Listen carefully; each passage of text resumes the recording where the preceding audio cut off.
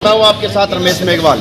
Cabinet मंत्री व गंगानगर मानगढ़ प्रभारी मंत्री रहे गोविंद राम जी मेघवाल का कल जन्मदिन राजस्थान के कई हिस्सों में मनाया गया। तो आज इसी उपलक्ष्य में नई मंडी गढ़साना के लॉयस भवन में रक्तदान शिविर कर मंत्री जी का जन्मदिन मनाया।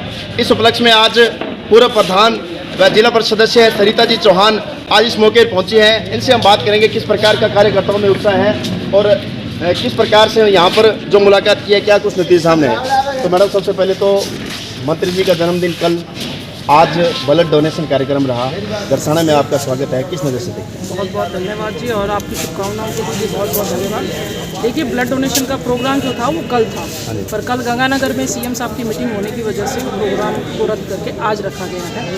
तो आज अब आपने जैसे भीड़ देखी है, आपने सारा कवर किया है कि लोगों में उत्साह है, और इसके लिए भी मैं आयोजन करता हूँ को आप सबको, आपके मीडिया के माध्यम से सबको धन्यवाद देना चाहूँगी। और एक मैसेज मैं और देना चाहती हूँ कि रक्तदान में हमें, अगर हम फिट हैं तो हमें बढ़ चढ़ कर हिस्सा लेना चाहिए। हमें इस बात से नहीं डरना चाहिए कि हमारे अंदर क्या पता खून की कमी हो जाएगी या हमें कोई बीमारी लग जाएगी। अगर आप ब्लड डोनेट करते हैं तो आप किसी की जान बचा रहे हो, ये सबसे बड़ा पुण्य का काम है। तो मैं तो आपसे यही रिक्वेस्ट करूँगी कि आप सब रक्तदान में हिस्सा लें। भारत जोड़ो यात्रा, हाथ से हाथ मिलाओ यात्रा, प्रभारी मंत्री जी पे बड़ी जिम्मेदारी, और उसको लेकर किस प्रकार से अब कांग्रेस जो है वो मतलब सचिन पायलट साहब का भी दौरा रहा और मुख्यमंत्री साहब का भी दौरा रहा कि कांग्रेस किस स्तर पर मतलब अब काम कर रही है आगे चुनाव को लेकर? देखिए, कांग्रेस तो पहले भी काम ही कर रही थी, ठीक है, आज़ादी दिलाने वाली पार्टी कांग्रेस ही है।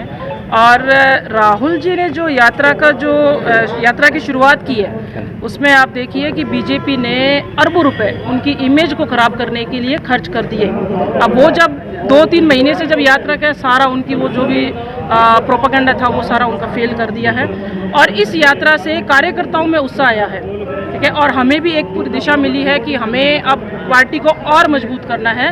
और देखिए, धरातल के ऊपर आज की तारीख में मोदी ने सबके हालात पूरे करे, और स्पेशली जो आम आदमी है वो बहुत परेशान है, चाहे नोटबंदी से आप कह लो, चाहे महंगाई से आप कह लो, तो सब जगह मतलब अभी जो जीवन है अपना वो कहीं ना कहीं सभी, इसमें ये नहीं है कि सिर्फ एक आम आदमी, चाहे गरीब है, चाहे आम है, चाहे एक पैसे वाला आदमी है, सब पे ये इफेक्ट हुआ है। तो हम इन्हीं मुद्दों को लेके धरातल पे उतरेंगे कि भाई महंगाई सबसे बड़ा मुद्दा है। और बीजेपी ये भी कहती है कि 70 सालों में क्या किया, 70 सालों में जो काम हुए उनसे वो भी मेंटेन नहीं हो रहे हैं। और हमारे जो सीएम साहब हैं उन्होंने भी, क्योंकि भारत यात्रा के बाद भारत यात्रा में यही डिसीजन लिया गया है कि भाई हाथ से हाथ जोड़ो, हर राज्य में ये किया जाएगा प्रोग्राम, जिससे क्या है कि कार्यकर्ताओं में हम उत्साह भर सकें और इस तरीके से हम अपनी पार्टी को मजबूत कर सकते हैं। बिल्कुल मैडम, अगर कार्यकर्ताओं के उत्साह की बात करें तो जिस विधानसभा क्षेत्र में आप खड़े हो वो अनूपगढ़ विधानसभा क्षेत्र है, और यहाँ पर अभी तक कांग्रेस जो है वो खाता भी नहीं खोल पाई।